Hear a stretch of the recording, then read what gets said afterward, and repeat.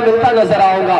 دنیا تمہارے لیے بہترین جگہ نہیں, آخرت تمہارے لیے بہترین جگہ ہے. لیکن ابو بکر صدیق تو کہہ رہے ہیں میں اور میرے ماں باپ آپ کے قدموں پہ قربان ہو جائیں یا رسول اللہ. حضرات محترم ذرا قربان جائیں. میرے آقا کریم صلی اللہ تعالیٰ علیہ وسلم نے جب اتنا ارشاد فرمایا, جب میرے آقا کریم صلی اللہ تعالیٰ علیہ وسلم نے فرمایا, حضرت ابو بکر صدیق کہتے ہیں کہ میں اور میرے ماں باپ آپ کے قدموں پہ قربان ہو جائیں, تو حضرات محترم وہاں پر بیٹھے ہوئے صحابہ کرام کے سمجھ میں نہ آیا کہ آخر جو ہے حضرت صدیق اکبر ابو بکر صدیق آخر کیوں ایسی بات کہہ رہے ہیں. اس بات پر یہ بات حضرت ابو بکر صدیق رضی اللہ تعالیٰ عنہ نے بولی ہے. حضرات محترم قربان جائے, جب یہ بات سمجھ میں نہ آئے تو میرے پیارے آقا کریم صلی اللہ تعالیٰ علیہ وسلم کے ارشاد پر حضرت صدیق اکبر بولتے ہیں کہ میرے ماں باپ آپ کے قدموں پہ قربان ہو جائے یا رسول اللہ. کیونکہ حضرات محترم اور کسی کے سمجھ میں نہیں آیا, سمجھ میں آیا تو سمجھ میں آیا تو یار غار کے سمجھ میں آیا, سمجھ میں آیا تو مصطفیٰ جان رحمت کے یار کے سمجھ میں آیا, سمجھ میں آیا تو رازدار نبوت کے سمجھ میں آیا. تبھی تو اعلیٰ حضرت امام احمد رضا خان فاضل بریلوی علیہ رحمت و رضوان ارشاد فرماتے ہیں الصادقی والصادقی سید المتقی رازدار نبوت میں لاکھوں سلام. میرے اعلیٰ حضرت امام احمد رضا خان فاضل بریلوی فرماتے ہیں کہ رازدار نبوت کے لاکھوں سلام. کسی کے سمجھ میں جب یہ بات نہ آئی تو حضرت محترم مصطفیٰ جان رحمت کی بات صرف حضرت ابو بکر صدیق سمجھ رہے ہیں, صرف ابو بکر صدیق کے سمجھ میں آ رہا ہے. حضرات محترم قربان جائے, جب یہ بات سامنے آتی ہے تو پیارے آقا صلی اللہ تعالیٰ علیہ وسلم نے جب اتنا ارشاد فرمایا تو حضرات محترم ایسا ماحول ہو جاتا ہے, کسی کے بعد جب پلے نہیں پڑتی کہ آخر ایسا ہے تو ہے کوئی کہ میرے حضرت ابو بکر صدیق آخر ایسے کیوں بات کر رہے ہیں. اس کے بعد میرے آقا کریم صلی اللہ تعالیٰ علیہ وسلم اٹھے اور حضرات محترم تقریباً 8 سال کے بعد احد کے جو شہید تھے ان کی نماز جنازہ ادا کی. ذرا قربان جائیں, میرے آقا کریم صلی اللہ تعالیٰ علیہ وسلم 8 سال کے بعد شہدائے احد کی نماز جنازہ آپ نے پڑھی.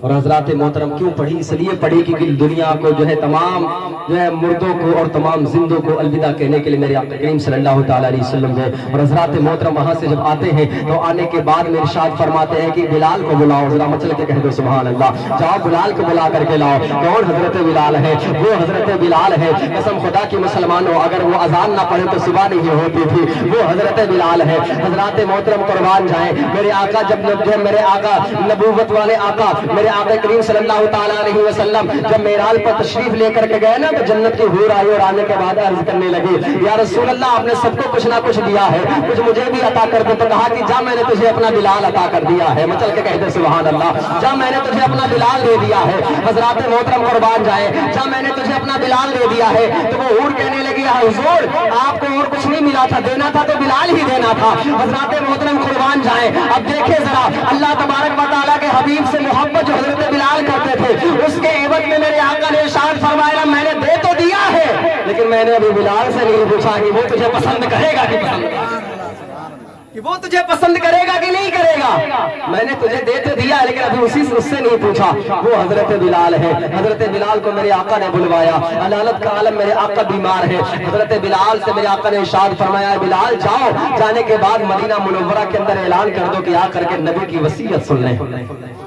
آؤ آنے کے بعد نبی کی وصیت سن لیں. اور بلال جاؤ, جا کر کے ساتھ میں یہ بھی کہہ دینا کہ نبی کی آخری وصیت ہے. اللہ اکبر, یہ نبی کی آخری وصیت ہے. آ کر کے وصیت سن لیں. اس کے بعد میرے آقا وصیت نہیں فرمائیں گے. حضرت بلال گئے اور جانے کے بعد مدینہ کے گلی کوچوں کے اندر جب اعلان کرنے لگے, لوگوں نے جب اتنا سنا تو پیروں کے نیچے سے زمین نکل گئی. حضرات محترم دوڑ پڑے. دکان کھلی ہے تو کھلی چھوڑ دی, مکان کھلا ہے تو کھلا چھوڑ دیا. جس حالت میں کھانا کھا رہے تھے کھانا چھوڑ کر کے دوڑ پڑے. جس کام میں لگے تھے وہ کام چھوڑ کر کے دوڑ پڑے. مصطفیٰ نے جان رحمت صلی اللہ تعالیٰ علیہ وسلم نے بلایا ہے. حضرات محترم دوڑ کر کے پہنچتے ہیں اور پہنچنے کے بعد کیا دیکھتے ہیں کہ مسجد نبوی کے اندر ذرا سی بھی جگہ موجود نہیں ہے کہ جہاں پہ کھڑا ہوا جا سکے. میرے آقا کریم صلی اللہ تعالیٰ علیہ وسلم کھڑے ہوئے منبر شریف پر اور ارشاد فرمایا اے لوگوں میرا سفر آخری آ چکا ہے, میرا آخری وقت آ چکا ہے. کچھ دنوں کے لیے میں اور تمہارے سامنے ہوں, اس کے بعد میں اپنے پرب کے پاس واپس چلا جاؤں گا.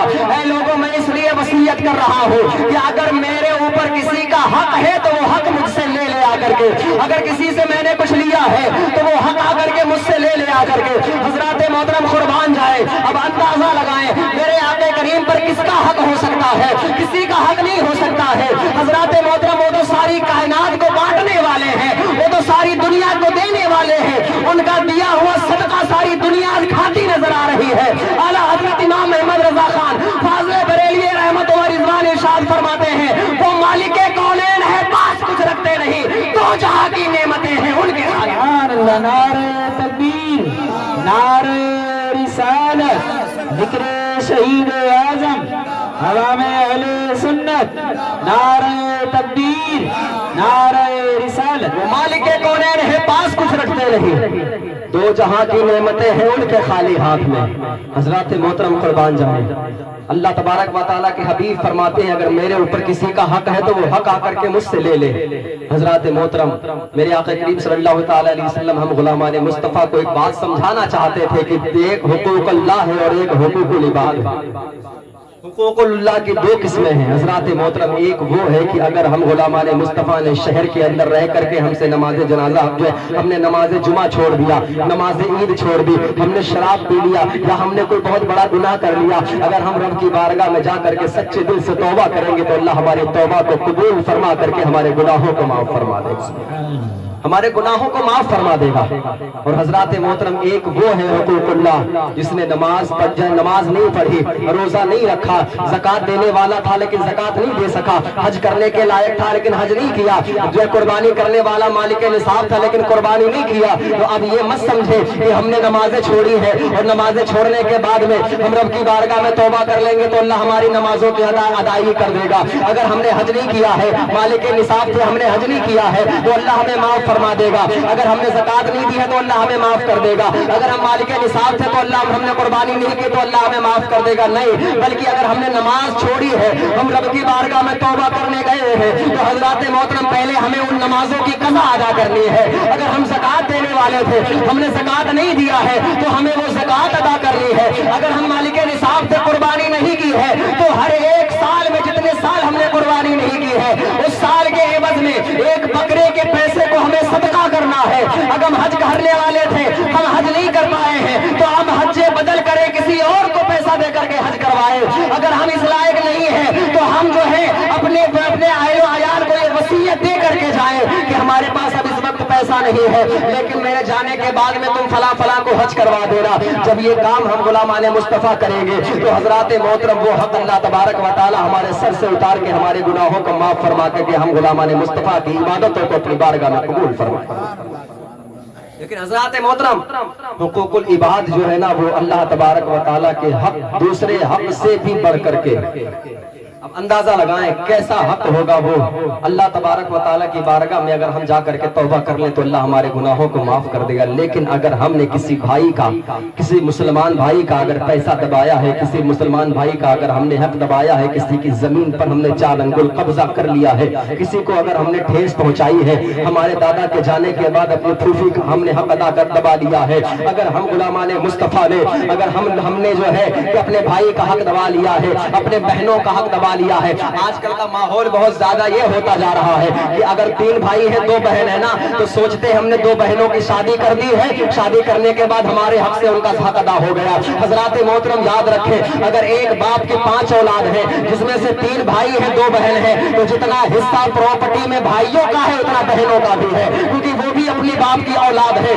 یاد رکھنا، اگر ان کے حق کو بھی آ کر تم نے دبا لیا، اگر ان کے حق کو بھی تم نے اپنی جیب میں رکھ لیا تو یاد رکھنا کل میدان حشر میں اگر تمہاری بہن نے یہ کہہ دیا اللہ میں معاف نہیں کروں گی تو اللہ تمہیں جب تک جنت نہیں عطا کرے گا جب تک تمہاری بہن تمہیں معاف نہ کرے، جب تک تمہارے گھر والے تمہیں معاف نہ کر دیں، جب تک تمہارا بھائی تمہیں معاف نہ کر دے۔ میرے آقا کریم صلی اللہ تعالیٰ علیہ وسلم ارشاد فرماتے ہیں کہ میرے اوپر اگر کسی کا حق ہے تو وہ حق لے لے آ کر کے۔ حضرات محترم یاد رکھو، لوگوں کا حق دبا کر کے کھانے والوں، لوگوں کے پیسوں پر راج کرنے والوں، ادھار لے کر کے نہ دینے والوں، کسی سے ادھار لے کر کے اپنے جیب میں ہڑپ کرنے والوں، اپنے پاس جس کا پیسہ لیا ہے اس کا نہ دینے والوں، کسی کو ناحق تم نے ستایا ہے وہ بھی حقوق العباد میں سے ہے، کسی کا تم نے ناحق خون بہایا ہے وہ بھی حقوق العباد میں سے ہے، کسی کا حق تم نے نہیں دیا ہے وہ بھی حقوق العباد میں سے ہے۔ اے لوگوں یاد رکھو، جب تک یہ حق ادا نہیں ہوگا تب تک اللہ تبارک و تعالیٰ تمہیں معاف نہیں کر سکتا، تب تک اللہ تمہیں معاف نہیں کر سکتا۔ میرے آقا کریم صلی اللہ تعالیٰ علیہ وسلم نے ارشاد فرمایا کہ اے صحابہ جانتے ہو مفلس کون ہے؟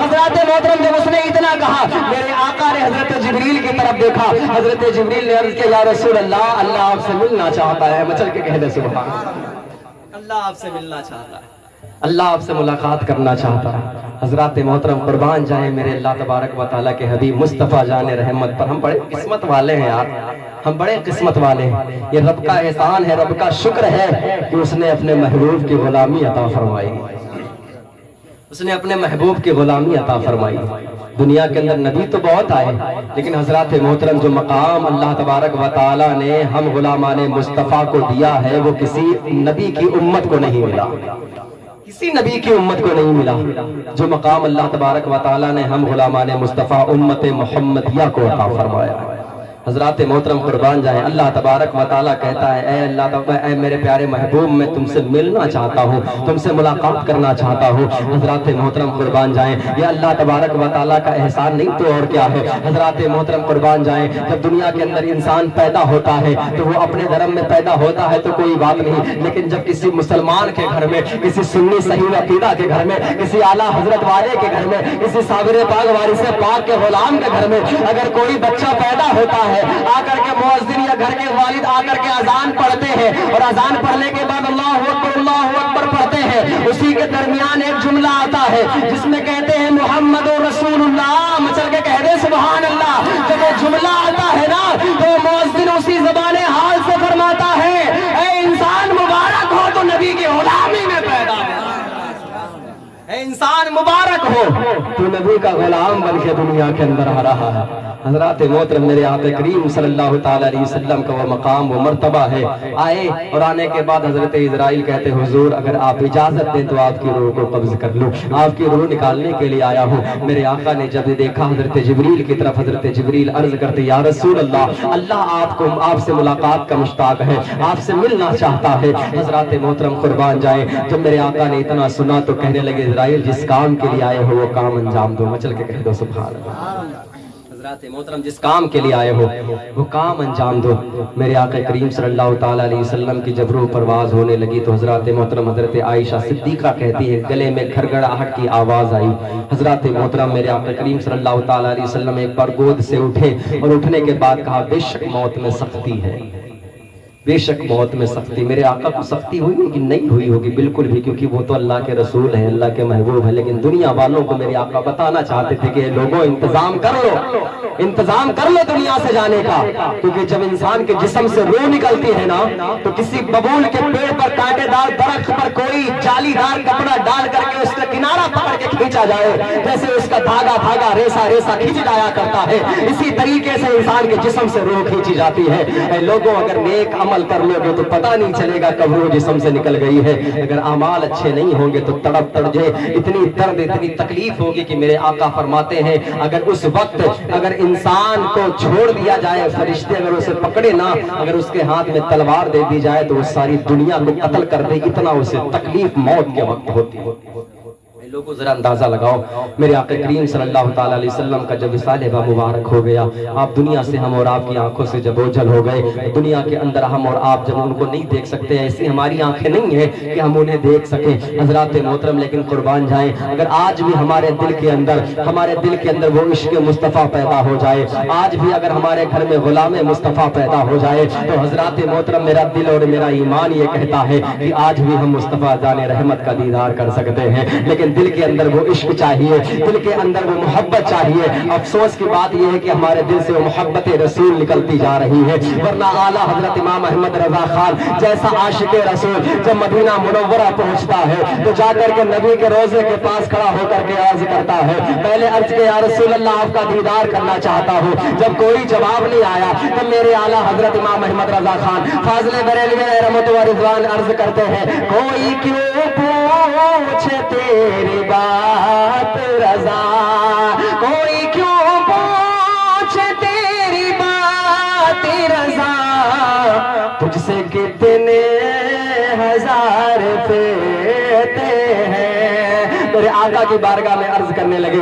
حضرات محترم ذرا قربان جائیں, جب میرے آقا کی بارگاہ میں عرض کیا تو میرے مصطفیٰ جان رحمت قبر انور سے باہر آ کر کے اب میرے حضرت اعلیٰ حضرت کو اپنا دیدار کروا. حضرات محترم ذرا غور کریں، اگر وہ نظر وہ محبت دل کے اندر آج بھی ہو جائے تو شاعر بڑے ہی پیارے انداز میں ایک شعر کہتا ہے، وہ مجھے بڑا پیارا شعر لگتا ہے کہ آج بھی ہو جائے اگر ابراہیم سا ایماں پیدا تو آگ کر سکتی ہے انداز گلستان پیدا۔ دل کے اندر عشق مصطفیٰ تو پیدا کرو یارو۔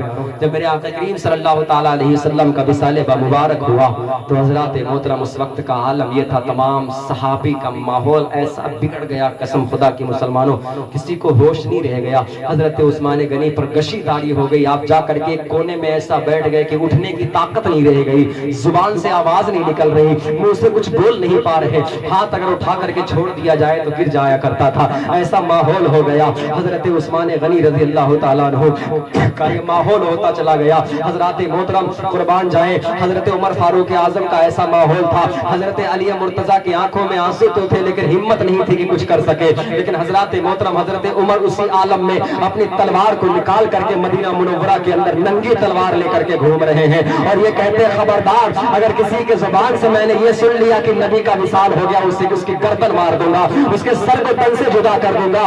یہ عالم تھا، یہ ماحول تھا۔ حضرات محترم قربان جائے، اس عالم میں جب کسی کو ہوش نہ تھا حضرت صدیق نے ہوش سنبھالا ہے، مچل کے کہنے سبحان اللہ۔ حضرت صدیق اکبر نے اپنا ہوش کو سنبھالا ہے، اپنے ہوش کو سنبھالنے کے بعد میں گئے اور حجرہ عائشہ کے اندر جا کر کے میرے آقا کریم صلی اللہ تعالیٰ علیہ وسلم کی پیشانی پر بوسہ دیا، بوسہ دینے کے بعد باہر آئے، حضرت عمر فاروق اعظم سے کہا بیٹھ جاؤ، حضرت عمر نے کہا خبردار مجھ سے بات کرنے کی کوشش مت کرنا، اپنے کام کرو جا کر کے، مجھے نہیں بیٹھنا، تمہیں جہاں جانا ہے جاؤ۔